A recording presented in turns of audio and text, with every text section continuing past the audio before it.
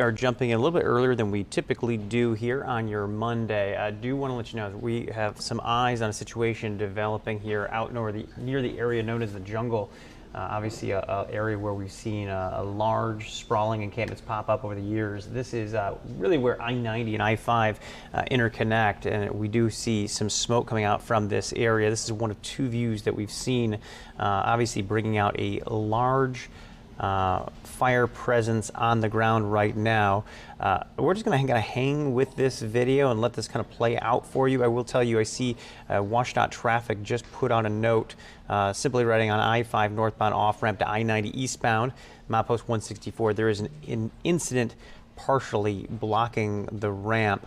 You could see that they were putting water on something underneath of that bridge area, so we're trying to keep eyes on this one. Just so you guys know, while you're watching this on your screen, I do want to let you know as well that we have a crew scrambling on a separate incident down in Sumner. So we're also going to be tracking some more developing news down in really eastern Pierce County as well. Just going to walk you through some of the details that we're getting there. So I'm going to leave you and let you watch this brush fire there.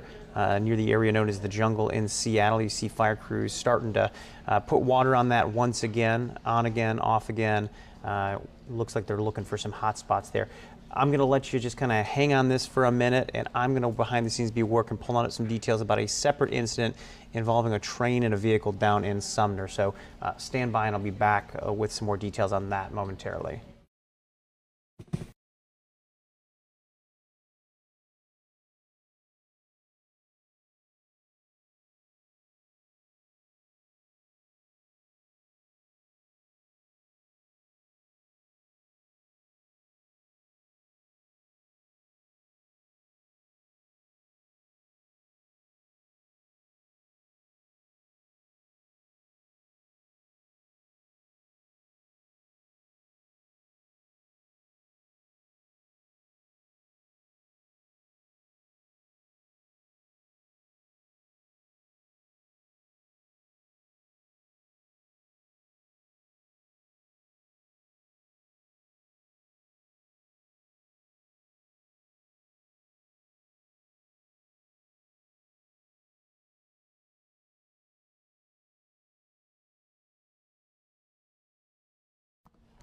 All right, so we've still got eyes on this incident there with a brush fire. Obviously, we will be keeping tabs on this one. Brush fires, by the way, something that we've been seeing quite a bit of. You may remember over the weekend, we had multiple brush fires along I-5 in the Beacon Hill area as well. Those sparked on Sunday afternoon. We actually had a couple of houses that had to be evacuated, a couple of houses that were burned, and more than 120 firefighters called in on that one. The fallout there, 2 people sent to the hospital while those 4 homes burned. Fox 13's Lauren Donovan is going to be reporting on the latest on those fires.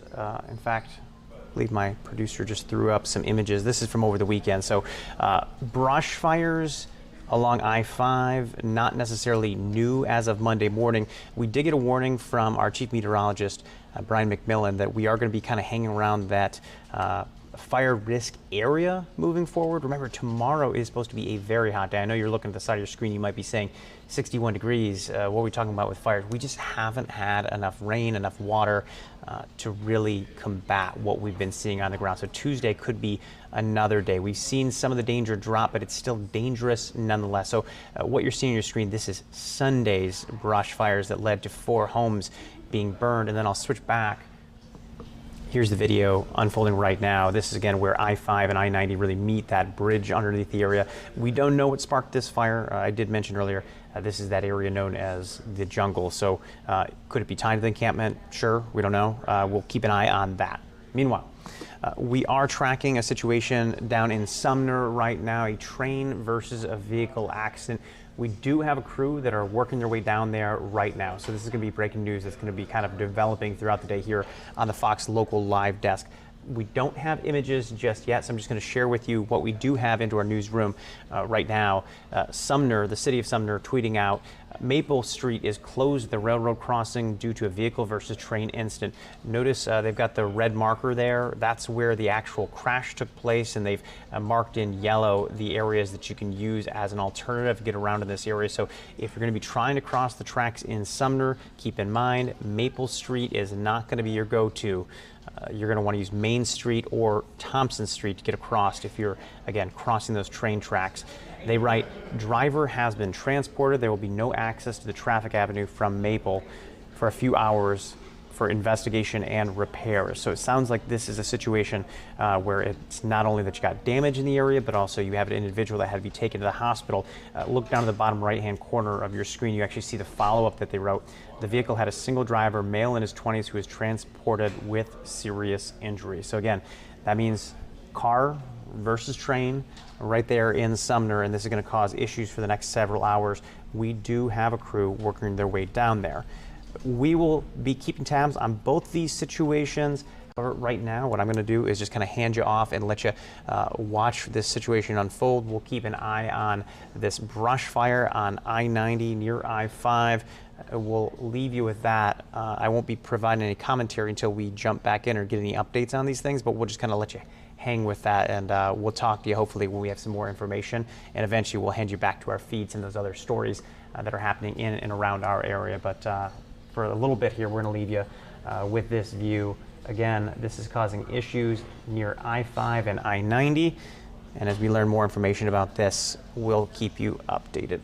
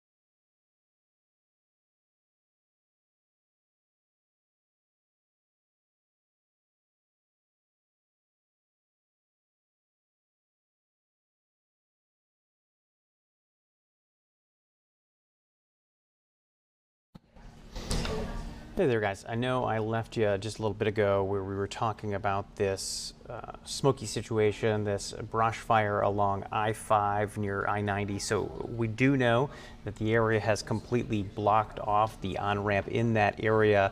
WashDOT just put out an update a short while ago, a few minutes ago, right when we were talking. They write, on the northbound I-5 off-ramp to eastbound I-90, the incident is now fully blocking the ramp. Please consider an alternative route and expect delays. Now, just to give you guys an idea of how different and how quickly this is changing, you are seeing one of the fire trucks moved right there. I don't know if they're repositioning or if they're wrapping up this event, but let's take a look at what the video looked like. I'm going to show you the non-live images that I've got on my screen here.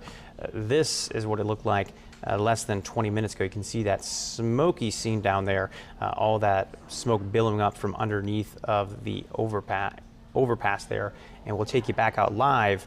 You can see fire trucks just moved out of the way, as did the folks from WashDOT, and now you have traffic once again moving. So all in a matter of 10 minutes, they said that road was completely blocked off. Now you're seeing it pick right back up. No signs of smoke, so we'll keep an eye on this and let you know. They may just have to battle this or keep an eye on hot spots down on the ground, but let's take a look at what it looked like just a little bit earlier. So this is the same fire, just a different view. This is what kind of piqued our attention and had us rushing over here to jump on and chat with you guys. So this is, again, that area typically known as the jungle. We've had those brush fires in and around I-5 over the weekend. This one was a concern because it was going to be shutting down a major thoroughfare because you're connecting I-5 and I-90 right there. This has now been put out from what we can see, and they have opened that off-ramp right back up, and we are now seeing no issues there. Fire crews have taken off. So appreciate you guys kind of hanging with us as we are watching that story develop. Of course, that's what we're here for.